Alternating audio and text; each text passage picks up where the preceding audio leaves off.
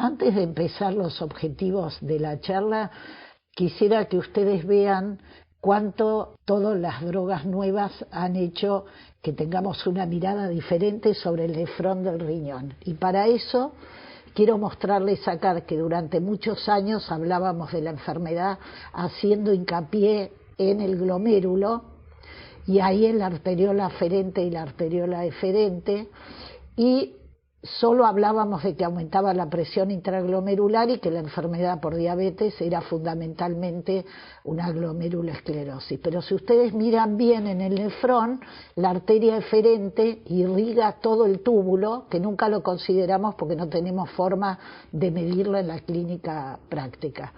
Sin embargo, si yo tengo una estrechez de la arteriola eferente, más allá de aumentarme la presión en el glomérulo, hay un factor que me sucede, que es que deja de pasar sangre a todo el túbulo, que quiero que ustedes sepan es el 90% de la masa del riñón. Y durante años ignorábamos esto justamente porque no teníamos forma de evaluarla. Las drogas nuevas, de las cuales vamos a hablar en forma central hoy, tienen que ver con esto, con qué pasa en el túbulo más allá del glomérulo, y unifica estos dos criterios. Entonces, ¿cuál es la idea de la charla de hoy? Fíjense, poder desarrollar lo que pasa en el túbulo y por otro lado poder entender que hay una parte del túbulo que vamos a llamar mácula densa, que es como una llave que asegura que las personas no se deshidraten si el glomérulo no cumple su función de retener líquido. Y estos dos puntos son los que vamos a desarrollar con las drogas nuevas. Y para eso, simplemente como un recordatorio, fíjense ustedes que la diabetes tiene factores genéticos, factores ambientales. Esto altera muchas veces la inmunidad, especialmente si se trata de una persona con diabetes 1, pero hoy vamos a hablar específicamente de la diabetes 2. Esta reacción inflamatoria crónica, sea por inmunidad o sea por la presencia de diabetes, genera tres alteraciones en el riñón. Alteraciones metabólicas relacionadas directamente con la diabetes, alteraciones hemodinámicas y fundamentalmente inflamación, que es un punto que lo tenemos con más dificultad porque a veces es un punto que es difícil desarrollar en la clínica. Y esto genera un montón de alteraciones, como ven en este slide, que termina complicando desde el punto de vista de la microcirculación al riñón. Y para eso me pareció interesante generar esta discusión. ¿Qué pacientes atienden ustedes en la práctica clínica? ¿Cómo deberían actuar para hacer el diagnóstico y empezar el tratamiento? ¿Cuáles son las dificultades para hacer el diagnóstico? Que son muchas y como verán no tenemos respuesta clara. ¿Cuáles son las dificultades para establecer los objetivos glucémicos? De esto voy a hablar poco porque seguramente ya es un tema que se ha abordado. Y después sí voy a profundizar en los SGLT2 y en los GLP-1, que son las nuevas herramientas, y al final de la charla simplemente 3 o 4 conceptos de las drogas viejas que ustedes deben conocer cuando encaran la enfermedad renal en estos pacientes. Y para ello responderemos quién es el paciente que ustedes atienden. Y acá sí me parece este dato importantísimo. Si ustedes analizan los pacientes en general tipo 2, van a ver que una gran mayoría, un 32%, ya tiene eventos cuando viene a la consulta. Insuficiencia cardíaca, infarto o arritmias.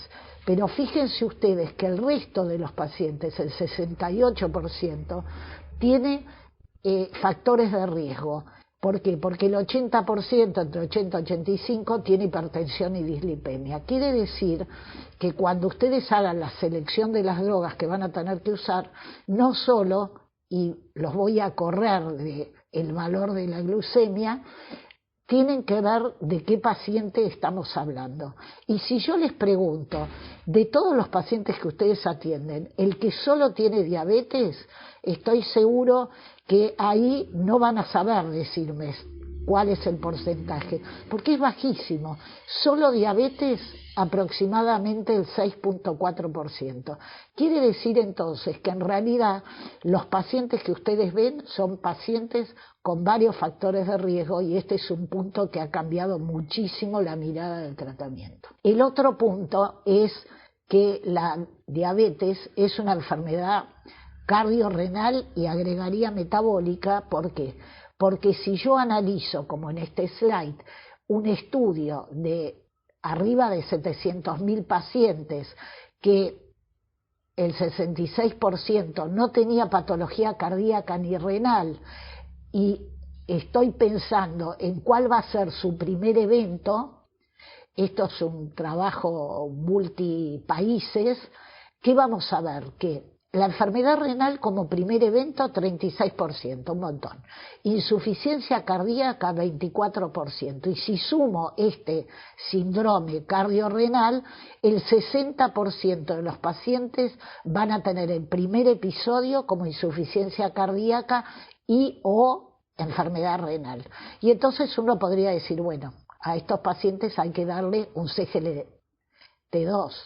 Sin embargo, si ustedes juntan la enfermedad renal con la enfermedad arteriosclerótica en estos pacientes, que acá yo se los hice un dibujito para que lo vean claro, la suma de lo arteriosclerótico, enfermedad periférica, infarto o accidente cerebrovascular, me va a sumar el 76%. ¿Dónde se va a parar en un futuro el paciente que los consulta?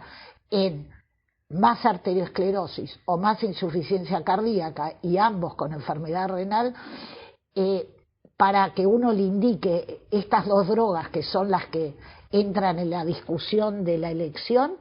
Bueno, eso es lo que vamos a desarrollar durante la charla. ¿Cuál indicamos? ¿Cómo decidimos si le damos un CGLT2 o un GLP-1? Lo primero es que conozcan la droga, sus mecanismos. Lo segundo es que conozcan las interacciones y también los efectos adversos para poder elegirlo. Pero primero de todo vamos a ver qué cambió también en el diagnóstico de la enfermedad renal en diabetes. Y esto abarca tipo 1 y tipo 2, pero como insisto, vamos a hablar del tipo 2.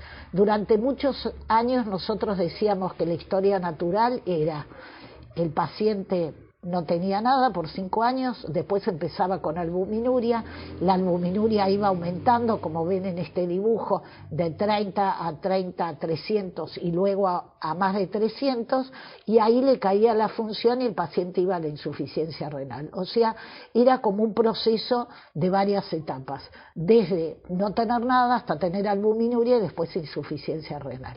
Y creíamos que era lo natural. Sin embargo, hace aproximadamente 5 años, la observación clínica mostró que un altísimo porcentaje de pacientes pueden tener insuficiencia renal y no tener albuminuria. Y ahí se definieron dos fenotipos en los pacientes con diabetes 2, dos fenotipos renales, más allá de las características fenotípicas de la diabetes. Pacientes albuminúricos y no albuminúricos, y los dos pueden ir a la insuficiencia renal. Pero estos pacientes que ustedes ven también pueden tener otras enfermedades renales, por ejemplo, cálculos, por ejemplo, otra glomerulopatía, por ejemplo, un tumor, por ejemplo, infección urinaria. Y entonces yo tengo que pensar cada vez que veo a un paciente qué fenotipo tiene, cómo va a ser su historia y cuándo sospechar si tiene otra enfermedad renal, especialmente porque muchos tienen que derivarlo al nefrólogo.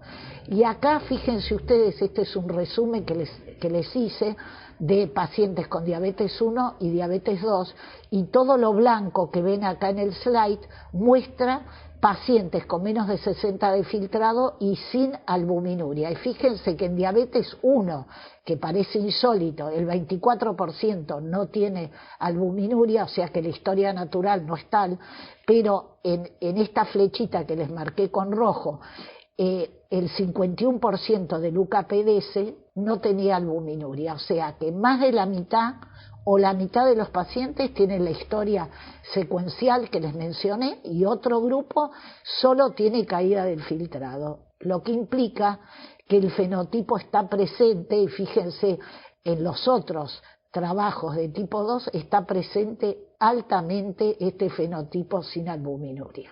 Es muy importante que cuando ustedes sospechan una enfermedad que no es por la diabetes en una persona con diabetes 2, hagan un repaso de estas condiciones para pensar en esto justamente, que tiene otra enfermedad, y es importante que ustedes la diagnostiquen porque si no la tratan como si fuera por diabetes y por ahí necesita alguna otra droga, inmunosupresores o antibióticos. Hay otros tratamientos. Lo primero que tienen que mirar es si el paciente no tiene retinopatía. En general se asocia, sin embargo en diabetes 2 hay un 25% de los pacientes que tienen nefropatía pero no tienen retinopatía, así que puede pasar que ustedes lo manden al nefrólogo, se biopsie y igual a hacer la biopsia tenga una nefropatía por diabetes. Sin embargo, en esa circunstancia, si la sospecha es importante, se debe mandar al nefrólogo para que él haga el diagnóstico. Lo otro es que el paciente no tenga nada de albuminuria y de repente aparezca con una proteinuria de aparición aguda de 1 gramo, 2 gramos, eso es muy raro de ver en diabetes. Proteinuria antes de los 5 años en diabetes 1, insuficiencia renal sin proteinuria. Ven que en el gráfico yo les puse signo interrogante. ¿Por qué? Porque antes no sabíamos que había estos dos fenotipos. Esto hoy en día se puede considerar que es por diabetes.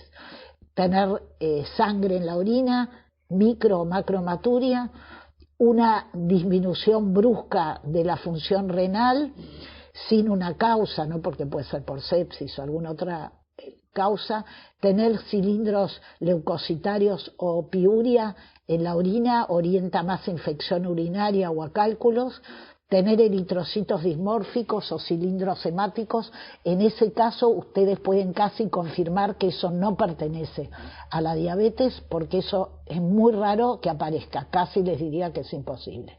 Y lo otro es que si ustedes indican IECA o AT1, ¿qué se ve? Que si cae más del 30%, el filtrado, cuando ustedes lo incorporan, es muy probable que el paciente tenga una estenosis de arteria renal y en ese caso hay que suspender la droga y estudiarlo. Estos son todas causas para derivar al nefrólogo y trabajar en conjunto con él. Muy bien, ahora vamos a ir a un caso clínico de una paciente con diabetes 2, derivada por el médico de cabecera para que la sigamos.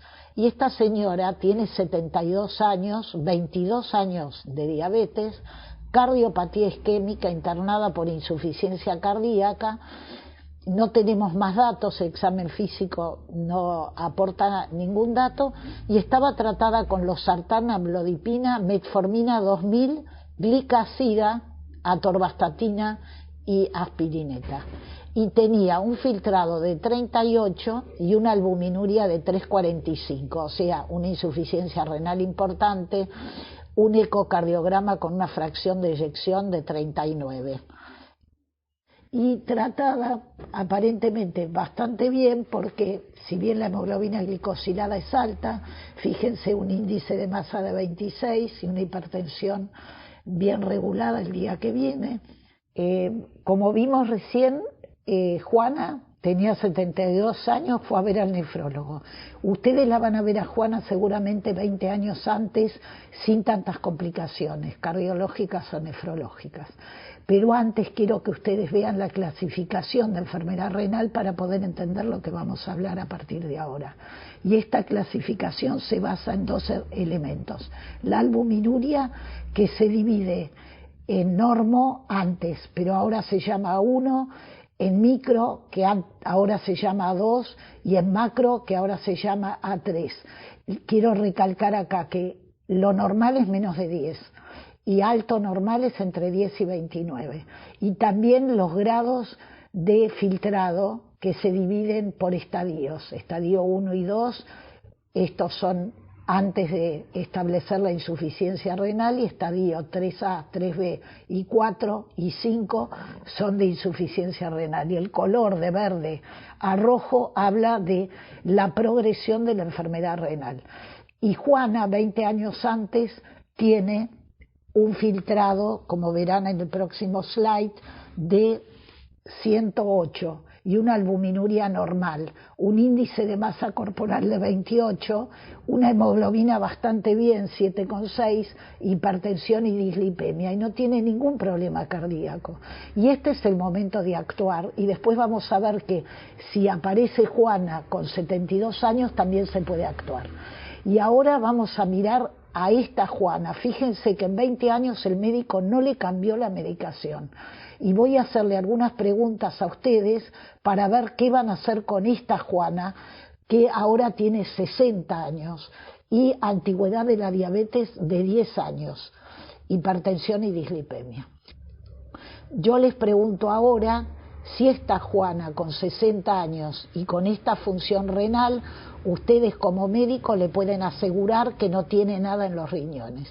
Y para eso vamos a mirar 4 preguntas. ¿Puede ir a la insuficiencia renal aunque no tenga albuminuria? Usted seguro tiene un riñón normal, le dice el nefrólogo o el médico, ustedes clínicos. No puede asegurar que sea normal. Puede ser normal, insuficiente o hiperfiltrante.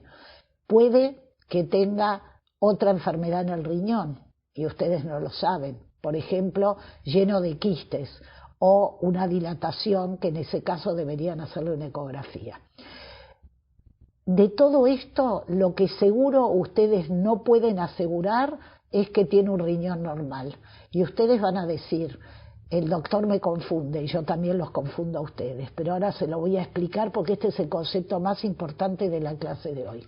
Si yo tengo menos de 60 de filtrado y menos de 30 de albuminuria, que es normal, les acabo de decir que el 51% del UKPDS puede ir a la insuficiencia renal, y el 24% de los pacientes con diabetes 1. O sea que la primera puede ser correcta.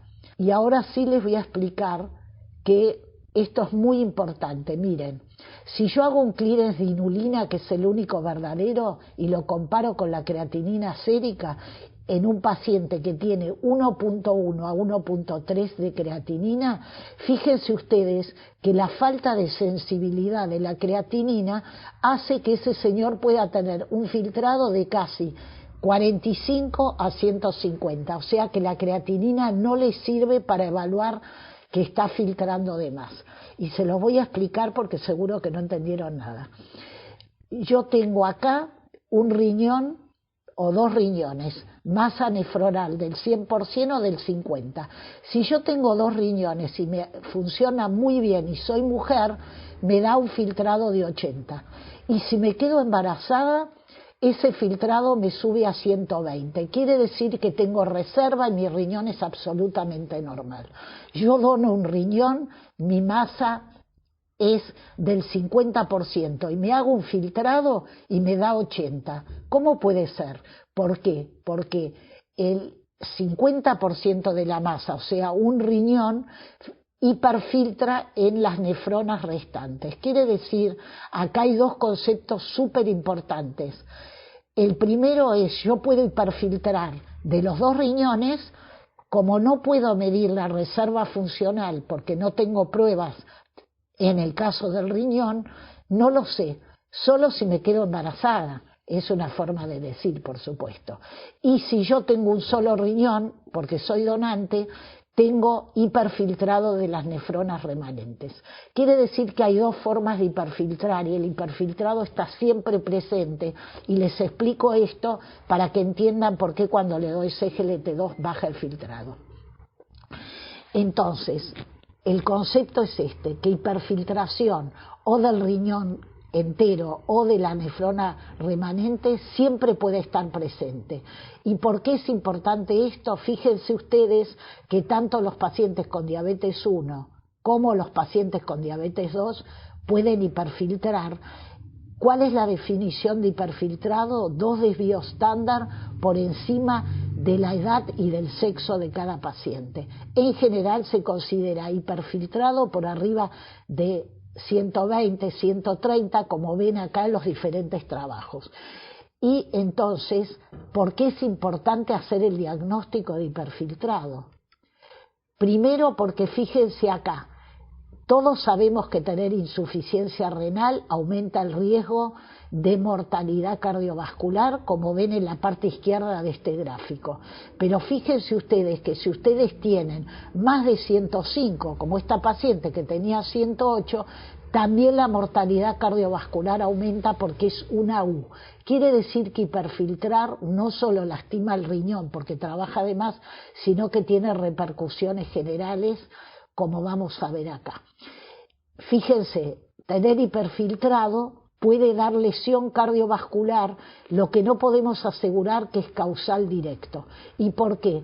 Porque, como dijimos, la enfermedad por diabetes es cardiorrenal, y la diabetes lastima el corazón y lastima el riñón, la obesidad, el fumar, la inactividad. Y entonces también la ingesta proteica lastima los dos, y si yo tengo hiperfiltrado, probablemente eso también lastime. ¿Y qué tengo que tener en cuenta con el hiperfiltrado? Esto, no disponemos de herramientas para el diagnóstico. Quiere decir que cuando un paciente llega a ustedes puede estar hiperfiltrando y ustedes no lo ven clínicamente. Que si tiene más de 40 años, anualmente disminuye 1 mililitro minuto por año, quiere decir que una persona con 50 de filtrado, con 70 años, también está hiperfiltrando las nefronas remanentes. Tiene alta prevalencia, empeora la enfermedad renal y la cardiovascular, y deberíamos tenerlo en cuenta, aunque no lo podamos medir, que está presente siempre en obesidad, el 61%, y en diabetes también. Y entonces, ¿cómo encaro el tratamiento? Porque de esto no vamos a hablar más, porque me pidieron que hablara de tratamiento. Simplemente quiero tomar 3 slides del hiperfiltrado y cuál es la dificultad, y de la albuminuria. Simplemente lo vamos a pasar rápido porque ustedes esto lo saben. Fíjense ustedes, yo para medir bien el hiperfiltrado o medir bien el filtrado, yo debería tener una sustancia que filtre y yo juntar en la orina la misma cantidad. Sin embargo, la creatinina filtra 100 y yo junto 120. ¿Por qué? Porque se secreta por el túbulo. Y esto sobreestima el filtrado siempre. Ahora, cuando esa persona tiene insuficiencia renal, puede secretar hasta un 40, un 70% más, y como está con insuficiencia renal, lo que filtra es poquito. Entonces aparecen las fórmulas, y este es un concepto súper importante para ustedes que son clínicos, que el clearance de creatinina se puede medir por arriba de 60, pero en insuficiencia renal ustedes tienen que hacer las fórmulas que acá las van a ver, y pueden acceder poniendo la creatinina, el sexo y a veces el peso, y con eso le va a dar un resultado exacto del filtrado con las variables de cada una de las fórmulas. Y el otro parámetro, como dijimos, es la medición de albuminuria. Simplemente para que sepan, si es negativo, una vez anual es suficiente, y si es positiva se debe confirmar 2 veces para empezar el tratamiento. Con una vez no alcanza. ¿Por qué no alcanza? Ustedes ya lo saben, porque debemos descartar un montón de falsos positivos o negativos, como ser el uso de AINE, flujo vaginal, hematuria, insuficiencia cardíaca, infección urinaria, que siempre deben pensarlo antes de solicitarla. Y en la parte superior les repito los valores de la clasificación anterior y la actual. Y en quien no pueden realizar la muestra única, que es la muestra de la mañana en albuminuria y creatininuria, en pacientes muy obesos, porque la creatininuria le va a dar muy bajo porque no tienen masa muscular y va a sobrevaluar el valor de la fórmula aislada. En ese caso conviene usarle 24 horas. Si no, pueden hacer la fórmula aislada de la mañana o la primera de la mañana y considerar los valores normales. Miren, para empezar a hablar del tratamiento, vemos en este slide claramente que el filtrado glomerular, tanto en mortalidad de cualquier causa como en mortalidad cardíaca, mucho mayor en insuficiencia renal, pero con hiperfiltrado aumenta, como acabamos de decir. Lo que les quiero mostrar es que el riesgo de mortalidad o mortalidad cardiovascular con albuminuria, como se ve en el cuadro de la derecha, ya comienza por debajo de 10 y es continuo. Y esto es muy importante. Considerar normal 30 es una convención y esto ustedes lo deben considerar porque la población es 10 lo normal, sin embargo el riesgo ya empieza antes y es muy importante que ustedes consideren esto, si bien lo tratamos a partir de 30.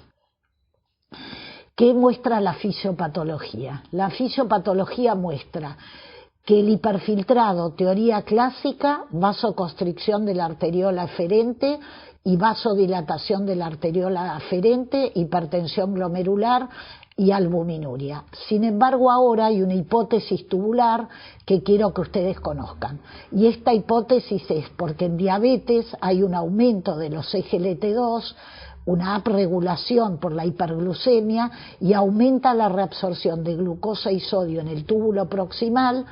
Esto se ve en diabetes tipo 2 y también en diabetes tipo 1, lo que hace que en el túbulo proximal se reabsorba gran cantidad de glucosa y a la mácula densa llega poquita glucosa y poquito sodio y esto genera un rebrote, que ahora les voy a mostrar un dibujo para que lo entiendan bien, un efecto túbulo glomerular con vasodilatación de la aferente, con hiperfiltrado, ya no por un defecto del glomérulo, sino por una respuesta túbulo glomerular. Existen muchas causas del hiperfiltrado que son estas: la reabsorción aumentada, la vasoconstricción de la arteriola eferente por el sistema renina-angiotensina y este efecto tubular. Y fíjense ustedes, este es un dibujo que yo les armé para que ustedes puedan entender el fenómeno aumento de la expresión de los SGLT2 y el amonio sodio, que también está aumentado porque está pegado al transportador y se reabsorbe mucho sodio y glucosa, llega poquitito a la mácula, que yo les dije que como es un reaseguro para mantener el filtrado, y entonces aumenta la arteriola aferente, aumenta la eferente y genera lo mismo que la teoría clásica y aumenta la presión intraglomerular. Y esto quiere decir que hoy no solo se alteró el glomérulo, sino se alteró el túbulo. Y esto es muy importante. Y para resumir esto, fíjense ustedes, la reabsorción aumentada genera aumento del consumo y si se lastima la arteriola eferente que les mostré al principio, genera hipoxia y si genera hipoxia lastima el túbulo, además de generar la hipertensión glomerular, la respuesta de la mácula con vasodilatación, vasoconstricción por el sistema renina-angiotensina, hipertensión glomerular, disminución del flujo capilar, hipoxia, fibrosis y la verdadera enfermedad del paciente con diabetes 2, que es lesión glomerular y lesión tubular. Y si yo reabsorbo mucha glucosa en el túbulo proximal, ¿qué pasa? Inflamación, muerte del túbulo. Y ahí se cierra la enfermedad de las personas con diabetes tipo 2. ¿Y cómo hacemos el tratamiento? Esto es simple para que recuerden que no es solo el control glucémico, sino que tenemos que bloquear el sistema renina, la presión, los lípidos, generar cambios del estilo de vida y actividad, dejar de fumar, establecer el nuevo plan alimentario y aspirineta si el paciente tiene indicación, que no voy a hablar especialmente de eso. ¿Cuál es la norma hoy? Y esto es lo que vamos a ver. Tenemos el juego de que GLP-1 si hay más arteriosclerosis o CGLT2 si hay más insuficiencia cardíaca, pero pongan el foco en las dos rayas de arriba, la roja, evaluar, indicar en pacientes no solo con eventos sino con riesgo y considerar independientemente del valor de la glucemia. Y entonces, ¿cómo jerarquizo el riesgo del paciente? Y si ustedes miran este cuadro, que lo deben conocer, Los pacientes con diabetes, la mayoría tiene riesgo alto porque tiene más de 10 años de diabetes y tiene factores de riesgo adicional, como dijimos, 80% de hipertensión o dislipemia, o riesgo alto si tiene albuminuria, órgano blanco, insuficiencia, retinopatía o hipertrofia ventricular. Quiere decir que el 80% de los pacientes que ustedes ven tiene factores de riesgo. ¿Por qué considero que es independiente del valor de la glucemia? Este es un trabajo hecho con CGLT2 que se demostró que cualquier paciente que empieza a tomar un CGLT2, no importa la hemoglobina glicosilada del inicio que tiene, la empaglifosina le va a proteger siempre, fíjense ustedes, la incidencia de riñón de la nefropatía por diabetes tenga 9, al principio 7, y esto también se vio en el seguimiento, o sea que la hemoglobina, si bien importa, como vamos a ver más adelante, no para la decisión de colocar el CGLT2, que son las drogas que vamos a mirar al principio. Y estas drogas pueden estar asociadas al IECA o a la T2. Bajar las proteínas, si el paciente tiene indicación a 0,8, bajar el sodio y por supuesto mantener la presión normal. ¿Y qué dicen las normas de enfermedad renal? Si el paciente es un paciente sin grandes complicaciones, como vemos a la izquierda, podemos ir a una hemoglobina bien baja. Sin embargo, cuando el paciente está en estadio 5, que es acercándose a los tratamientos de reemplazo, o en estadio 4, uno no debería estar tan estable para la hemoglobina. Digamos, dejar en 8 podría ser. Sin embargo, también esta norma dice que en estadio 1 a 3B, que es menos de 45, es poco confiable la hemoglobina porque el paciente tiene anemia, ferropenia, etcétera. Y esto, a pesar de lo que dice que la evidencia es C. Quiere decir que la hemoglobina glicosilada, cada vez que ustedes la evalúan, deben evaluar todas las variables que puede tener, si el paciente recibe eritropoyetina, etcétera, si tiene anemia. ¿Qué dicen las normas KDIGO? Diferentes de las que acabamos de ver, que dicen que usemos CGLT2 o GLP-1. Las normas KDIGO dicen claramente que un paciente con más de 30 de filtrado debe incorporar un CGLT2 para evitar la enfermedad renal. Y si tiene metformina, la dosis habitual hasta 45, pero si baja de 45 ustedes deben bajar a la mitad de la dosis. Entonces poner las dos cosas, el CGLT2 y la metformina arriba de 45, no colocar metformina si tiene menos de 45, pero si la trae bajar a la mitad. Y si el paciente sigue con la hemoglobina alta, preferentemente asociar un GLP-1 y después ir asociando cualquiera de las drogas clásicas para que alcance los objetivos glucémicos.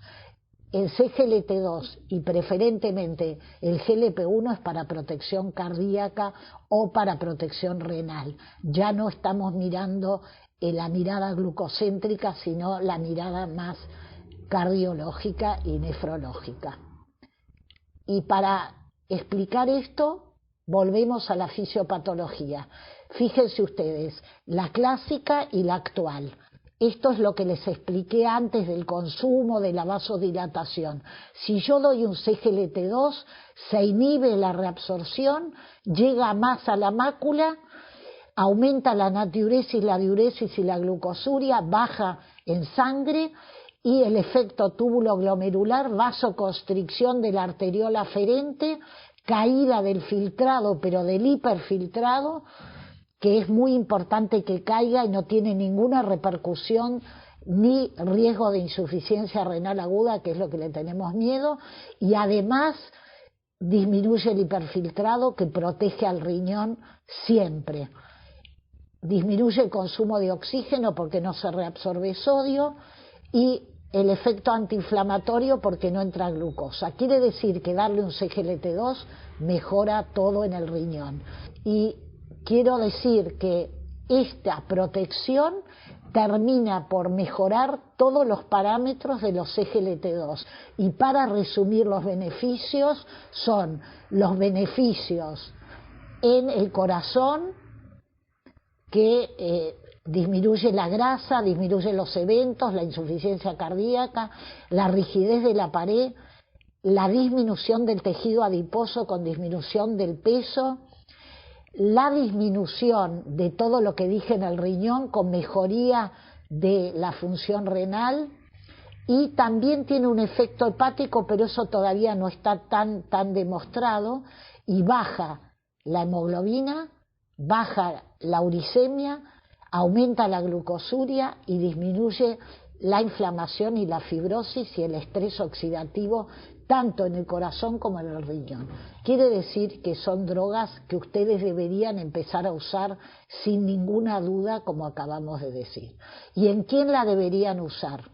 En pacientes con eventos como en estos 3 trabajos, muy consistente, pero quiero recalcar el de Claire. ¿Por qué lo quiero recalcar? Porque a pesar de tener eventos, es parecida a la paciente del caso clínico que acabamos de decir, que tenían 60% de no insuficiencia renal, función renal normal, y como ven acá, cualquiera de estos 3 trabajos mejora la hospitalización, mejora el de Claire, el Canvas, el EMPA y aún el Credence, que son todos con eventos cardiovasculares, y el Credence es con enfermedad renal, baja la hospitalización, la muerte y el MACE. Y estos resultados son muy consistentes en todos los trabajos. Fíjense ustedes que el dato es casi arriba de un 20% en todos. Y el Credence, fíjense ustedes que aún con insuficiencia renal y arriba de 300 de albuminuria también mejora, y en el de Claire, que es normal, también mejora. Quiere decir que son drogas para usar en todas las funciones de los pacientes que ustedes atienden. Y si para tener una mirada de la función renal quiero ver el de Claire, solo el 7% insuficiencia renal y el 70% como la paciente del caso clínico. Así que se pueden usar a partir de 30 en cualquier situación, con proteinuria, sin proteinuria, y esta es la paciente del caso clínico. Ustedes fíjense acá que arriba del 70% es la paciente que les mostré cuando ustedes la ven con 60 años.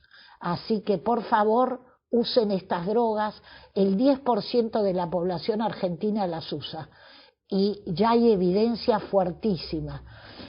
Una cosa que ustedes le tienen miedo es a la caída inicial. Acá les muestro, todos tienen caída inicial, todos los trabajos. ¿Por qué? Porque baja el hiperfiltrado.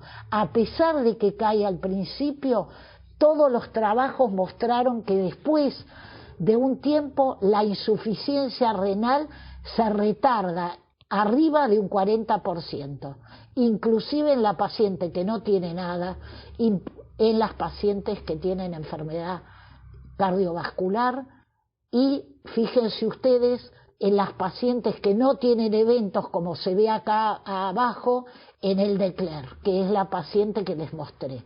Quiere decir que basta de hacer inercia y de no usar estas drogas, porque ustedes le van a cambiar la historia a los pacientes que atienden. Fíjense la historia, baja todo, y en el Canvas no es significativo porque había muy poquitos pacientes con factores de riesgo, porque si hubiera habido más le hubiera pasado exactamente lo mismo, y es muy consistente. O sea que hay que poner en más de 30 con y sin albuminuria hasta 30 de filtrado, que es lo que mostró el Credence. Y el Credence, simplemente para hacer un repaso, mejoró el 30% en pacientes con filtrado bajo entre 90 y 30, y ustedes fíjense cómo mejoró todo, la muerte, el MACE y la hospitalización. Impresionante los datos. Así que en todas las estadías debemos poner estas drogas, asociarlas o solas. Y sobre la albuminuria, consistente de vuelta, aún en valores normales. Y como dijimos, la mortalidad empieza antes del 30, así que es muy importante que tenga efecto. Y por supuesto tiene efecto en más de 300.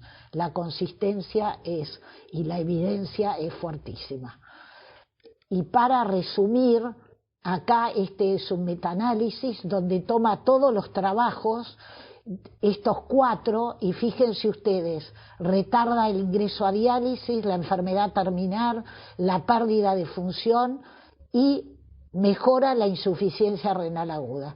Si no los convencí, no los va a convencer nadie. A veces digo, ustedes no entienden, pero porque es muy complejo el tema de la explicación de la fisiopatología de los SGLT2 y uno por ahí no lo explica bien. Pero para tratar de sintetizar todos los efectos de los inhibidores de los SGLT2, acá tienen clínicamente el resumen de la magnitud de los efectos, de la presión, de la bajada de peso, de la hiperglucemia y de los posibles beneficios clínicos, simplemente para que tengan un resumen de todo lo que estuvimos hablando. Y le agregué la disminución del ácido úrico porque es importante, aunque todavía no sabemos su significado. Y ahora vamos a hacer algo que quizás, como ustedes son endocrinólogos, no van a aprovechar de lo que voy a decir en este slide y en el otro, pero conceptualmente es muy importante para ver la eficacia y la evidencia de estas drogas. Esto muestra, y también el gráfico se los hice para que vean cuántos pacientes tenían menos de 60 en los 4 trabajos que mencionamos, pero para que sepan que después del Credence vino un trabajo en no diabetes, que hoy ya está aceptado que en no diabetes con insuficiencia cardíaca o con insuficiencia o con problemas renales se pueden usar estas drogas, que el trabajo es el DAPA-CKD o el clásico, digamos, de insuficiencia cardíaca, que de eso no voy a hablar. Fíjense que toma filtrados de 25 con proteinuria de más de 200. Y lo más interesante es que había un porcentaje importante de 32% sin diabetes, la proteinuria, como les dije, de 200, todos con drogas del sistema renina-angiotensina y algunas patologías descartadas, como la diabetes 1, y el resultado del efecto de la dapaglifosina fue exactamente igual, tuvieran más o menos de 65, concepto que tienen que tener. Estas drogas se pueden dar si el paciente no es un paciente frágil, a cualquier edad, o si no tiene hipovolemia, que eso son 2 cosas que ustedes tienen que cuidar, y se puede dar en diabetes y sin diabetes. En la Argentina todavía sin diabetes no está aceptado, es off-label. Y si tiene menos de 1000 de albuminuria o más de 1000, y si tiene más o menos de 45. Y la consistencia del efecto beneficioso tanto en lo cardiovascular como en lo renal es súper consistente. Esto lo mostré para que ustedes se terminen de convencer. Fíjense el porcentaje de mejoría en enfermedad renal es del 39% en diabetes y en no diabetes del 50%. Así que nada, consistente total.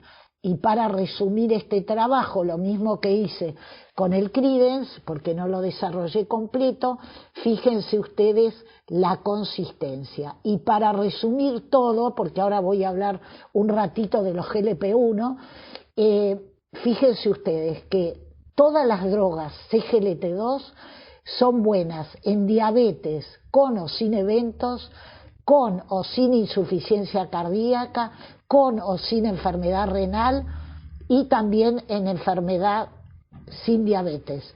El Credence extendió el beneficio a insuficiencia renal hasta 30 y el DAPA-CKD lo extendió hasta 25, con y sin diabetes.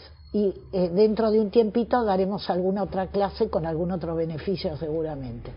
Y para resumir, prevención secundaria, hospitalización, eventos cardiovasculares y protección renal. Y prevención primaria no mostró beneficios en MACE, sí en hospitalización y sí en protección renal.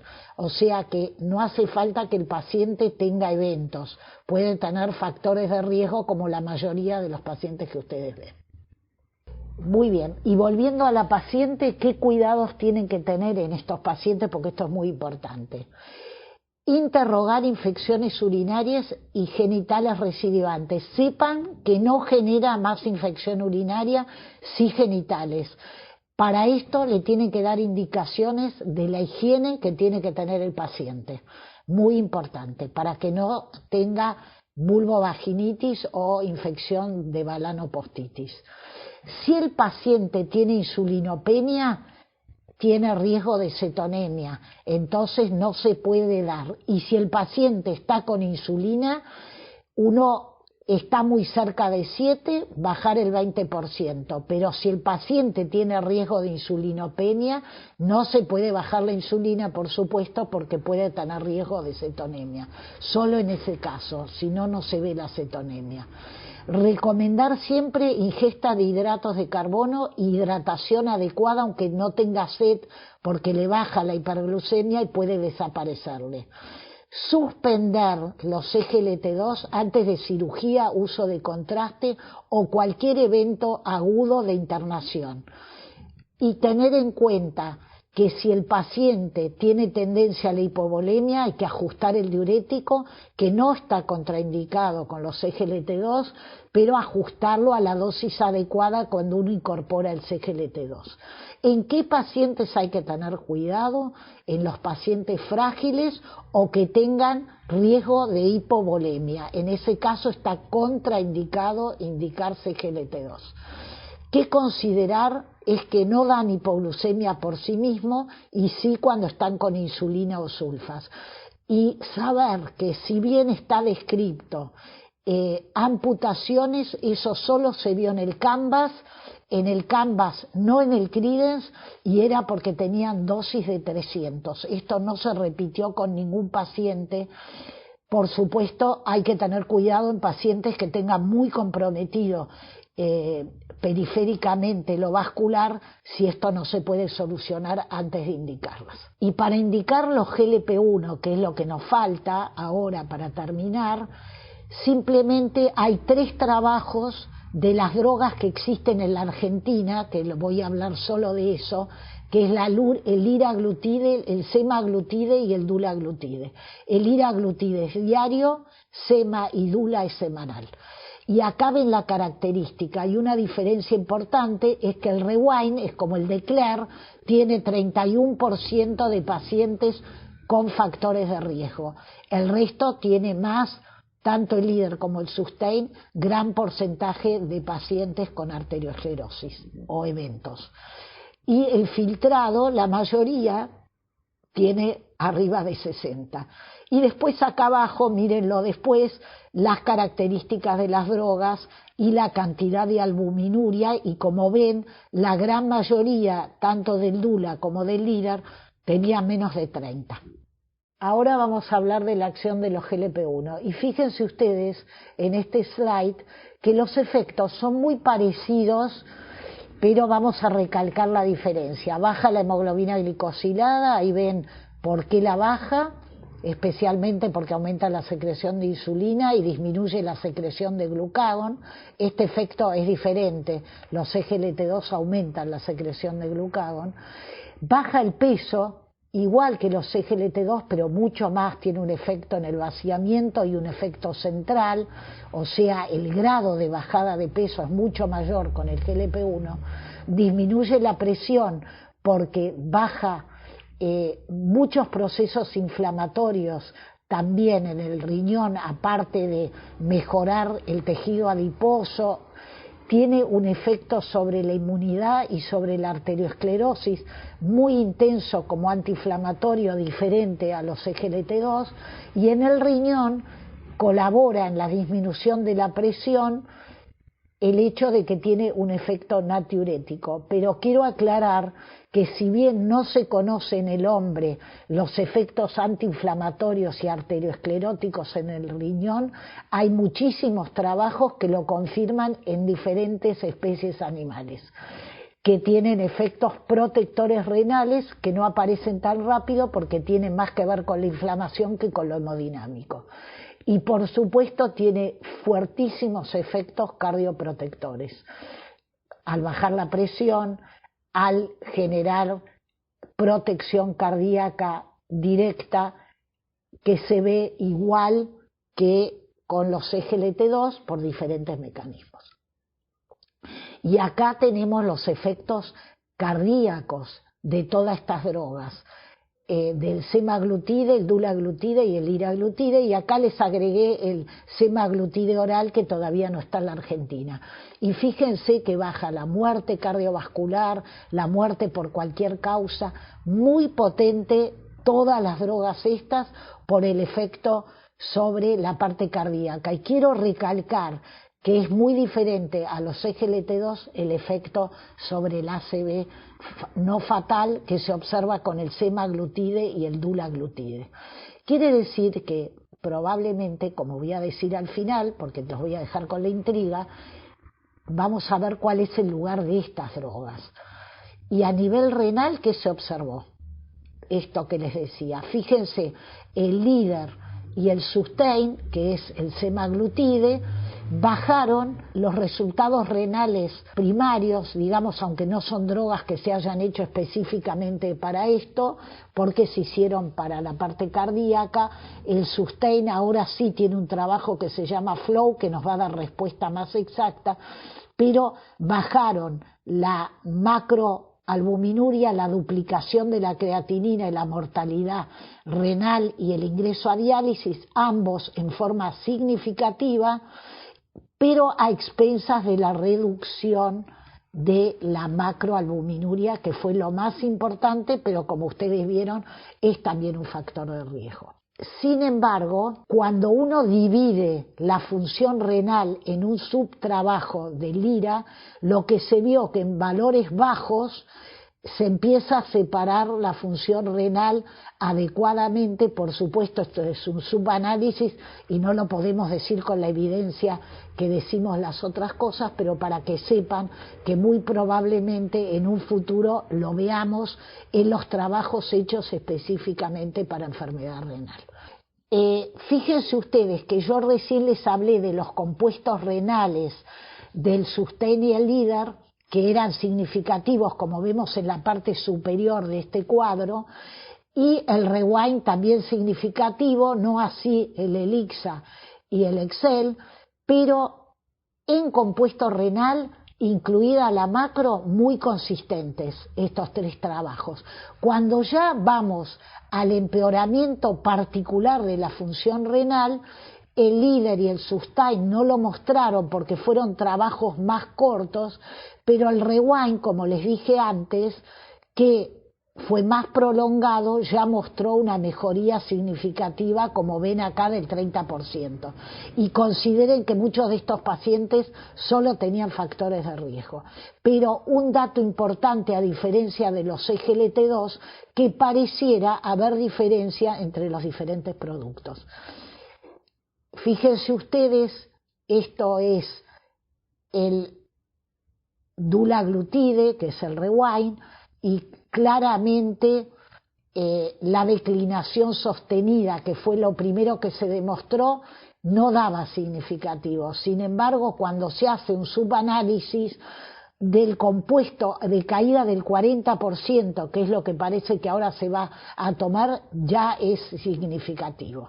Todos estos trabajos son muy importantes, y esto que mostró el rewind de mejorar la función renal si lo prolongamos, confirma que el efecto antiinflamatorio va a tardar un poquito en verse, pero que se va a ver a la larga con estas drogas. simplemente para que tengan en cuenta las dosis y cómo se dan. Fíjense que tanto el lira como el semaglutide como el dulaglutide se pueden dar hasta 15 de filtrado y aún seguirlo en algunos casos hasta que entre a diálisis, diferente del CGLT2 que solo se puede dar hasta 30 en todo el mundo. En la Argentina el DAPA está autorizado hasta 45, pero eso ya se va a autorizar, lo que pasa que no se hizo lo legal. Para hacer un resumen del GLP-1 y tengan claro, este es un resumen que yo les armé de lo cardíaco y lo renal. Y fíjense ustedes que el compuesto renal mejora en todos, como les dije, y también fíjense, el liraglutide mejora mortalidad, el Sustain y el Rewind mejoran solo MACE, después cuando se subdividen mejora el ACV, que no mejora el líder. Por eso le dije que estas drogas son un poquito diferentes. Y las diferencias no se las voy a mencionar, ya las tienen claras, simplemente se las resumí para que ustedes las tengan en la charla. Hay cuestiones compartidas por los GLP-1 y los CGLT2 y cuestiones más antiinflamatorias por los GLP-1 y más hemodinámicas por el otro, que es CGLT2.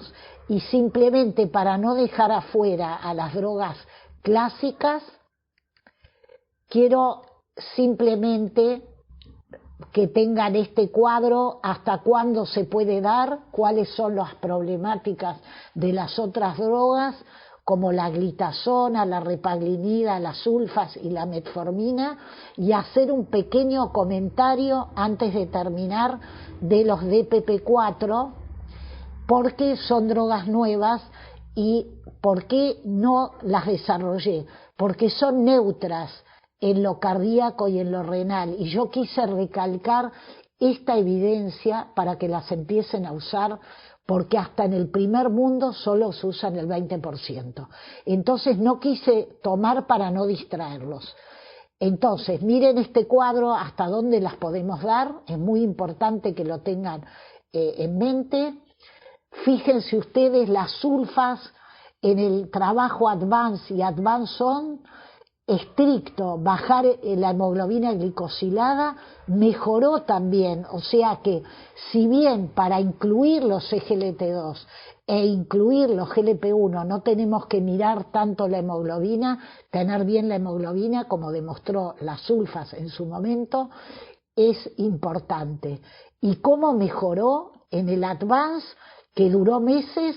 Dar glicazida, que es la que deben elegir porque muestra menor riesgo cardiovascular, mejoró, ahí tienen el objetivo de este trabajo, redujo 65% el riesgo de enfermedad renal y después de 10 años siguió mejorando, si tenía la hemoglobina bien, 46%. El único riesgo es la hipoglucemia, si tienen que elegir una sulfa por cuestiones que el paciente no puede acceder a las otras, tienen que elegir esta droga, que es la que mostró menos riesgo cardiovascular. Y fíjense ustedes, los DPP4 se pueden dar, a pesar de que algunos se eliminan por riñón, como les hice en este cuadrito, se pueden dar si ustedes acomodan la dosis. Acá les acomodé la dosis para que los vuelvan a tratar y a usar, porque estas drogas, sacando la Saxa que mostró un poquito de insuficiencia cardíaca e internación, pueden ser usadas en cualquier grado de enfermedad renal, pero no protegen ni el riñón ni lo cardiovascular. Miren, yo no pude hablar del control glucémico porque me iba a pasar de tiempo, igual me pasé, disculpen, pero es tan amplio, diabetes 2, 90% de los pacientes que ustedes ven, que dar todo en una hora es casi imposible. Simplemente estos son los objetivos de la ADA en pacientes generales de diabetes 2. Sin embargo, fíjense que cuando tienen enfermedad renal tienen más hipoglucemias, porque el riñón también genera gluconeogénesis, la fructosamina se altera por la hipoalbuminemia, la hiperuricemia que tienen estos pacientes o el síndrome nefrótico. Y hay un método nuevo que se llama albúmina glicada, que todavía en la Argentina no se hace, que está en discusión si sería mejor usar.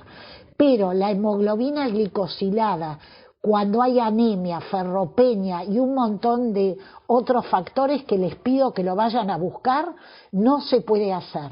Entonces, es muy importante que ustedes sobrevaloren el hecho de que los pacientes con enfermedad renal se tienen que automonitorear o colocar un sensor si está disponible para el paciente. Y entonces uno debería tener este concepto del enfermo general para instalarlo en enfermedad renal. Y si consideramos que la hemoglobina es 8, como dijimos antes, alcanza con que en tiempo en rango de 70 a 180 esté el 50% de ese paciente. Cuestiones conceptuales, sería como un paciente anciano, por eso les armé este slide para el concepto.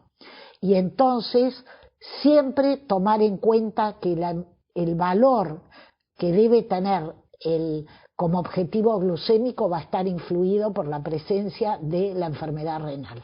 Vamos a las conclusiones finales, por supuesto quedan muchas cosas por charlar, por discutir, pero lo importante es esto: estas drogas nuevas, los GLP-1 y los SGLT2, no son glucocéntricas, no es la mirada que ustedes tienen que tener, sino multifactoriales, y es lo que tienen que pensar en sus pacientes. ¿Tienen factores de riesgo múltiples? Le tengo que dar una de estas dos de acorde a la selección que ustedes quieren. Promueven natriuresis, que baja la presión, factor de riesgo importantísimo para todo lo cardiovascular y todo lo renal. El GLP-1 actúa más sobre eventos tromboembólicos arterioscleróticos porque el efecto principal, como les dije, es antiinflamatorio. El SGLT2 actúa más en insuficiencia cardíaca porque es más hemodinámico y altera la hemodinamia. Nuestro desafío es responder a lo siguiente. Yo ahora les pregunto, ¿cuál será el futuro? Usar la combinación de las dos drogas, todavía no tenemos respuesta a esto, pero yo, en mi opinión personal, creo que sí, porque son dos mecanismos diferentes que se juntan en el paciente que ustedes atienden con diabetes, enfermedad renal y obesidad.